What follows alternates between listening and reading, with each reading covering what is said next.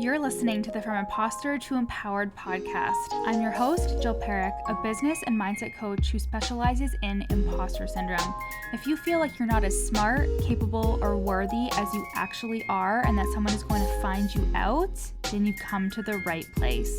I went from being a struggling government worker, working my coaching business on the side, but feeling unworthy and burnt out, to making multiple six figures helping women overcome imposter syndrome so they too can sign clients, make bank, and have the business or career of their dreams. I am nothing special. I have a stuttering disability, ADHD, and I struggle with anxiety and depression. So if I can learn how to feel good enough and overcome my inner imposter, then so can you. Let's dig in. Hello, my loves. Welcome back to the From Imposter to Empowered podcast. This is a really, really special one. It is actually my 30th birthday today. Now, my podcast episodes usually come out on Wednesdays, but I made an exception because, as divine timing would have it, this is the 130th episode of the From Imposter to Empowered podcast. I can't believe it. I've actually redone the podcast 3 times, so I've always started over. At first it was the growth sequence, and I did episodes for that, and then it was the leading lady, and I did episodes for that. But when I started the From Imposter to Empowered podcast, when I pivoted to just talking about imposter syndrome, I started it over, and as luck would have it, the 130th episode landed on the week of my 30th birthday, which is fucking wild to me. Like, the universe is crazy. But I decided to do 30 hot takes on life and business for my 30th birthday. And when I first started writing these, something you have to know about me is that, I'm a winger. My ADHD brain, I really do want to prepare. It is in my heart of hearts to prepare. But sometimes I physically cannot, especially when it comes to my business. If I'm not excited about something, it's hard for me to prepare for things in terms of speaking things. So I used to have scripts for my podcast before I changed it to the From Imposter to Empowered podcast. But I was just trying to be perfect. I was trying to say the right thing and do the right thing. And now that it's a lot more casual and it's more conversational, I just realized that I am good enough, I am worthy, and that means that I can rant and ramble, and the best things come out of me not having to strictly prepare for everything. Now, people that I know who are very successful do prepare scripts for things. It doesn't matter, it just has to be something that works for you. But I find that it used to be an indicator of my imposter syndrome when I used to prepare for things because I felt like I needed to, because I felt like I wasn't good enough. And now I don't. And sometimes, winging it isn't great, but 98% of the time, it is absolutely perfect. And I don't have to be a perfect human. Anyways, I know that you guys love me regardless. So when I was writing this out, I actually got a little bit stuck. I was on number 8 or something, and I was like, fuck, how am I gonna think of 30 things? And then things just started flying out. And another thing I will say too is this is happening as I'm writing my book. So as I'm writing my book about imposter syndrome that is coming out later this year, I am self-publishing it, so I'm very excited about it. As I write that, I have to realize that I have overcome perfectionism so much because I just sit down and I write, and even if it's garbage, I just continue to write because I know whenever I come back to it, half the time it actually isn't garbage. It's just my thoughts telling me that it is. We also have been doing Simone Soul's garbage post challenge in the Worthy Woman Method, which is my group coaching program. And we did that in the month of February, and my clients, they got such great results from doing it, but they really busted through perfectionism and they signed clients, and they just did such an amazing job at showing up for themselves. So if you are a worthy woman client, I'm so proud of you. And it was fun to do the garbage post challenge. It was hard at some points, I have to say, but it's about progress. It's about showing up for ourselves, not perfection.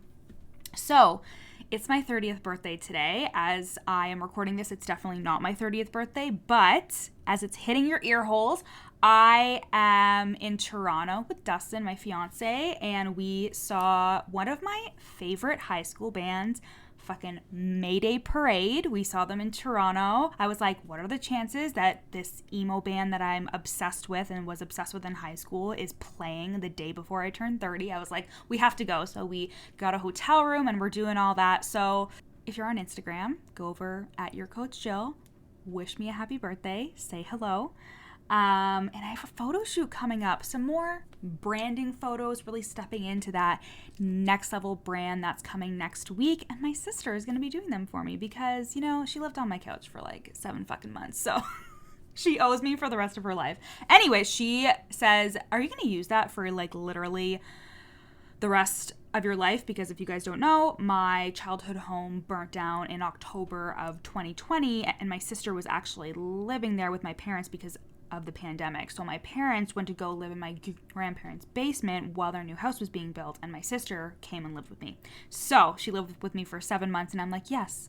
Oh, and she lived there for free. So I said, yes, Larissa, you will absolutely be repaying me for that for the rest of your life. So anyways, it's my 30th birthday, and I've got a photo shoot next week, and I am just like very emotional at like how far I've come and how far my business has come.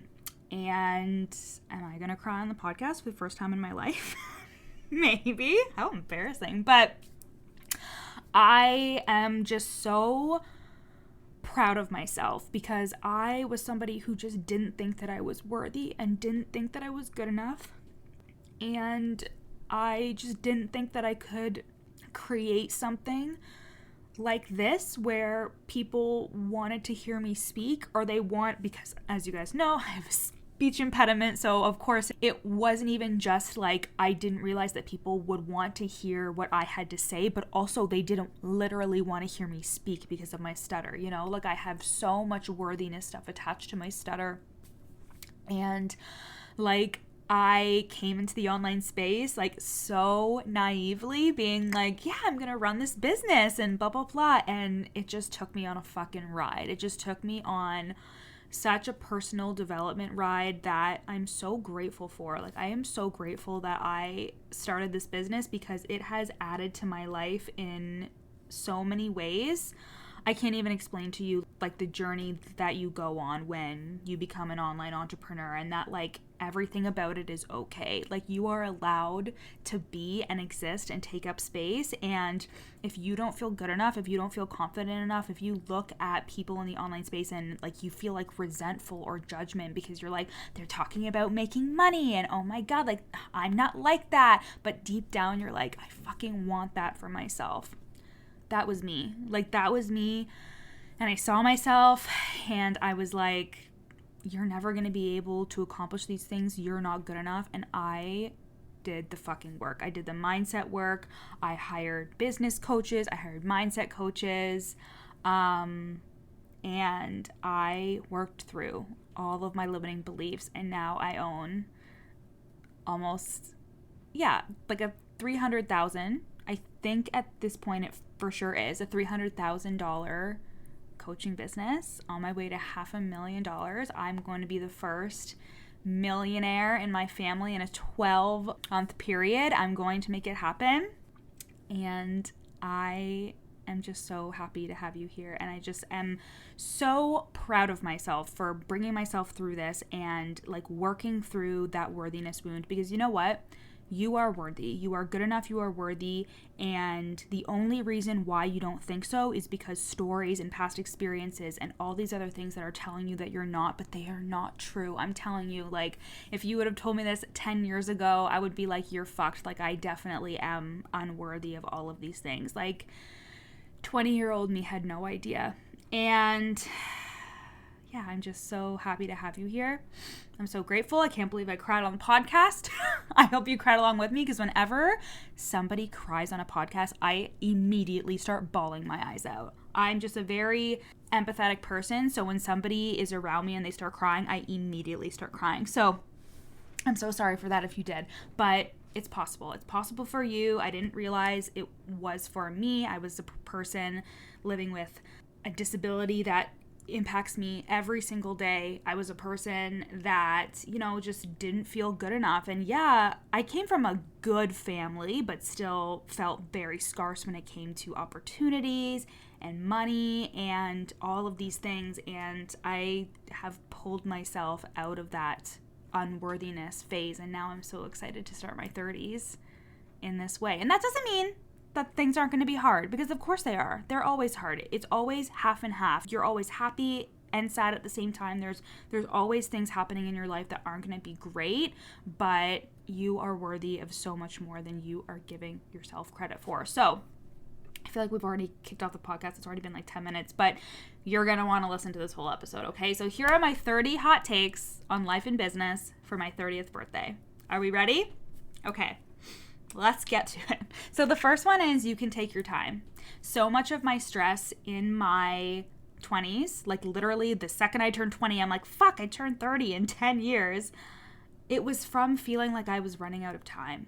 And when I started my online business, I also was telling myself, I don't have enough time. I don't have enough time. I don't have enough time. Sometimes when I coach my clients and they feel frustrated or they feel like things aren't moving or things aren't happening, I ask them, do you feel like you're on a timeline? And they always say yes, because they feel like they have to do things within this arbitrary timeline that they have set in their head to prove their worth between this time and that time. And if they don't achieve the external success, then that means they're not good enough. But you can take your time. You have so much time. You have more time than you realize. There truly is no end goal or end result. There is just death, which sounds very fucked up, but I'm telling you, there is no end goal. You will just be looking for something else, hitting the next goal, doing the next thing. You can take your time. 2 is most people in your life want what's best for you. They're not all evil people. Your dad, your mom, your grandma, whoever it is that is like, I don't know if you can do that. Ooh, are you sure you want to do that? Like, most people in your life want what's best for you, but it can be clouded by their own experiences and their own limiting beliefs. See them, hear them, but don't internalize them. If I listen to everything that even some of the people in my family, even some of my friends have said to me, even in the past couple of months, I would not have the success that I do. Like, I can see them and I can hear them, but I also know that they are coming from their own experience and their own life and their own thoughts. I can't control their thoughts. I can't change their thoughts, and I don't have to internalize their thoughts and their belief system, and you don't have to either. 3 is your best investment is into your mind. And this may not feel like enough if you've always felt like your output and your productivity is the most important thing. If you've always thought that what you can do and what you can produce is the most important thing, you are not going to place as much value on emotional and mental well-being. Okay? I have a family that really, I'm the first person in my entire family to go to therapy. The first fucking person in my immediate family, probably with my grandparents as well, for sure. I think one of my cousins has gone to therapy, but I would say that I'm the first person. And the emphasis on mental and emotional well-being was not as strong. And that meant that I felt embarrassed and I felt like I was wrong and I felt like I was doing something wrong or that I wasn't good enough, because I was like, how come I can't handle these things myself? How come I need help for this? But as a coach or as a service provider, whatever you do, even if you aren't a coach, that stuff is not, it's not bad. It's necessary. It's needed. And I think about this. So if you are a coach and you offer services that help somebody, your best investment is into your mind. Be in integrity and invest in a coach. Invest in a program that helps you get a handle on your thoughts and beliefs so you can show up as the best fucking version of yourself. Because guess what? You will have an energetic, output from doing the work on yourself. But if that's just your only goal, you are going to be going in circles and in circles and in circles. Do it for your mind. Your mind is your best asset. We invest thousands into fucking education, but at the end of the day, like, your education is in your mind. It's what you do with your education. Yeah, you have the diploma, but like, it's just a piece of paper. It's what you do with the education. So why is it okay to spend thousands and thousands of dollars in education when at the end of the day, it's just like coaching or just like therapy when like the work is in your mind? Okay. Number 4 is a belief that falters in the face of a doubt or a shitty circumstance wasn't a belief in the first place. It was a well-meaning thought that you didn't fully trust. When you tell yourself, I have the belief that, if your belief can be changed on a dime by a single circumstance, it's not a belief, it's just a thought. And thoughts can be changed. So I'm going to say that again. A belief that falters in the face of a doubt or a shitty circumstance wasn't a belief in the first place. It was a well-meaning thought that you didn't fully trust. And the same thing for when you are saying, you know, like, I believe that I'm good enough. I believe that I'm worthy. But if you falter on that belief in the face of circumstance and something crappy that happened, or because somebody said something to you, you need to continue to work on that belief, because it wasn't a belief. It was a well-meaning thought that you're trying to cultivate, but you don't have to try to cultivate a belief. Number 5 is be cringy. Be embarrassing. Try new things. No one is paying as much attention to you as you think that they are. Number 6 is so much of our adult triggers were created in childhood. You should parent yourself the way that you deserved, even if you had great parents, like I did, but there were things that they did unintentionally where I learned something that was not helpful for future me, you know what I mean? So give your inner child the love that you need and reassure them that they are safe and that you will take care of them. Number 7 is your biggest insecurities are going to be someone's permission slip. Say it and take away your insecurities' power. When I started talking about my stutter on Instagram, it was the most terrifying moment. I had a therapy session with my therapist in 2019, and I was like, okay, I'm going to do a post about my stutter. I'm going to come out to my audience that I have a stutter. And she was like, I am going to go and see on some fake account, oh, you don't know it's me, and I am going to be cheering you on.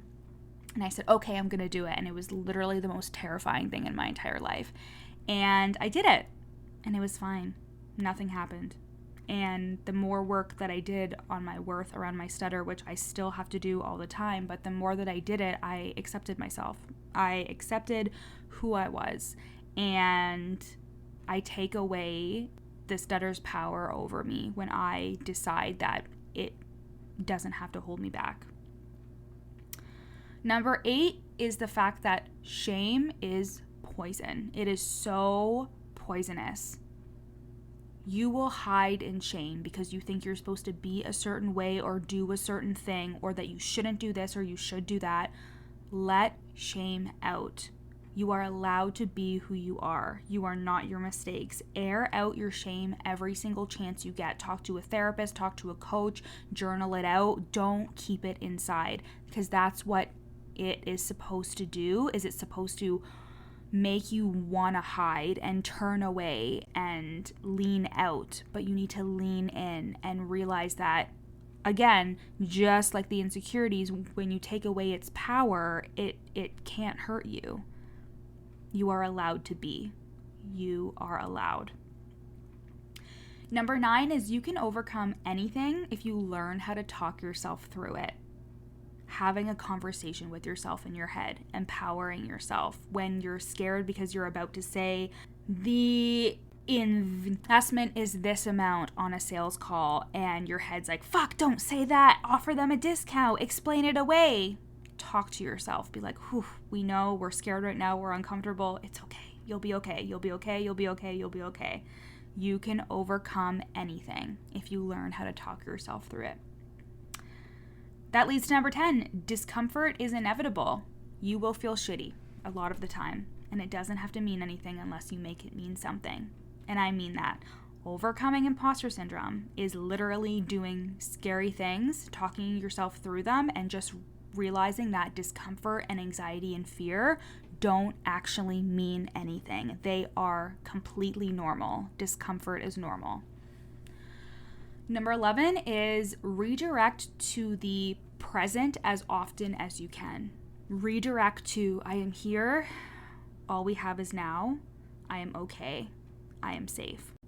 12 is everyone has something. You can look at whoever you want and tell yourself the story of they have it easy because of this, or this helped them so they're good, or they're completely happy. Everybody has something. Everybody has a story. Everybody has a fear. Everybody has an insecurity, and they all have something. Everybody has something. Look at everybody with compassion the way that you want to be looked at with compassion as well. 13 is awareness without action doesn't mean shit. You can be the most emotionally aware person, the most self-aware person, but if you are not taking responsibility for what you're aware of or putting it into action, it doesn't actually mean anything.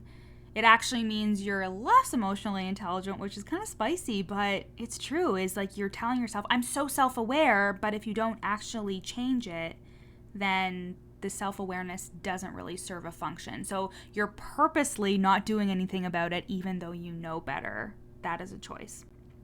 Number 14 is your trauma is valid no matter what it is. It is trauma if it took you out of the current moment and caused you to tense up and live in high alert or fear. Your trauma is valid. Big T, little t, whatever thing that really caused you to be shaken up or disturbed or something that's holding you back, your trauma is valid. Number 15, there is no secret in business. You are the secret. Everybody thinks when they don't feel good enough that somebody has the answers. And I would have to say that that person is probably really good at copywriting, but nobody has the answer. Nobody. They are facilitators of your growth. If you look at every investment, every opportunity for you to learn something and like take you on your journey to achieving the success that you want, you will never go wrong. Everybody is just a facilitator of your growth, whether it's your internal growth or the growth of your business. And there is no secret. They will just have a step-by-step process or methodology, but you have to decide if it's something that you want to work for you. There is no secret. You are the secret. Halfway there. The 16th one is commit to something and see it through. This is really hard. If you have ADHD, I totally get it. You get bored. You want the dopamine hits. You want to change things all the time, especially when it comes to business. Commit to something and see it through. It's like having a baby. You have the baby, and as soon as it cries or it needs something, you're not like, oh, fuck this baby. This baby needs me. This kid is crying and I'm uncomfortable. No. We're not taking care of it now. Of course you are. Commit to something. Commit to something, and no matter if you think you fucked up, if you failed, if you tell yourself the story of I never finish anything, commit to something that is like legitimate. And I think an example of this would be like an offer. Like commit to an offer and see it through and sell it and fall in love with it, but don't constantly be changing things. That will really slow down your growth. Number 17 is you have to be a little delusional to get what you want. Like fucking manifestation 101. You have to kind of sit down and be like, okay, even though I have no evidence for this, I'm going to choose to think this thought. I'm going to choose to create this. All the things that you see around you, all the great ideas, all the apps in the fucking world, in the online world, everything was created from a thought and from an idea. And you have to be a little delusional to truly create success. It's okay to be delusional. Forget what everybody else told you. It's okay to be delusional. Number 18 is it's not bad to ask or want or need. The universe isn't mad at you.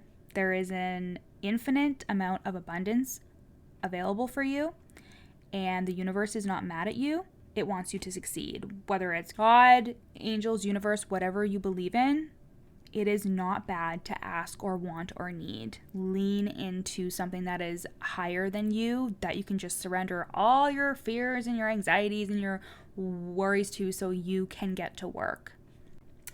Now, number 19 is your current situation is nowhere near indicative of what you're capable of creating. Where you are right now, if you're in debt, if you feel frustrated, if you feel like you haven't signed a fucking client in forever, if you are thinking about giving up on your business, if you think it's not going to work for you, whatever it is, your current situation is nowhere near indicative of what you are capable of creating. I promise you. Number 20 is expect nothing and appreciate everything. Number 21 is you'll get everything you want if you learn how to feel all of your feelings instead of being afraid of what they'll mean.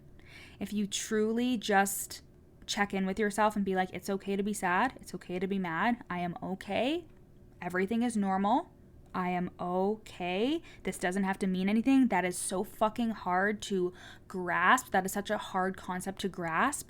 But once you realize it, you will realize that you can accomplish anything at all. Number 22 is you are not your family's stories or belief systems. You can choose differently. You can still love them and be a part of their lineage. You can be a part of their experience. And again, you can love them. You can love them deeply and spend as much time as you want with them, but you are not their stories and you don't have to adopt their belief systems. 23 is thoughts cannot be changed in fight or flight mode. You need to get yourself to a neutral, calm, and safe headspace before you try to change your thoughts.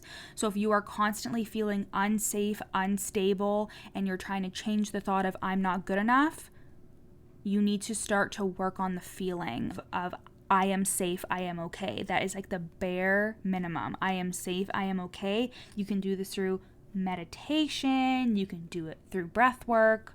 And even if it's just a couple of seconds where you feel safe and content, that is the sweet spot, and that is when you can start to change your thoughts. Number 24 is when you unconditionally accept yourself and respect yourself, most people will follow suit, but not everyone.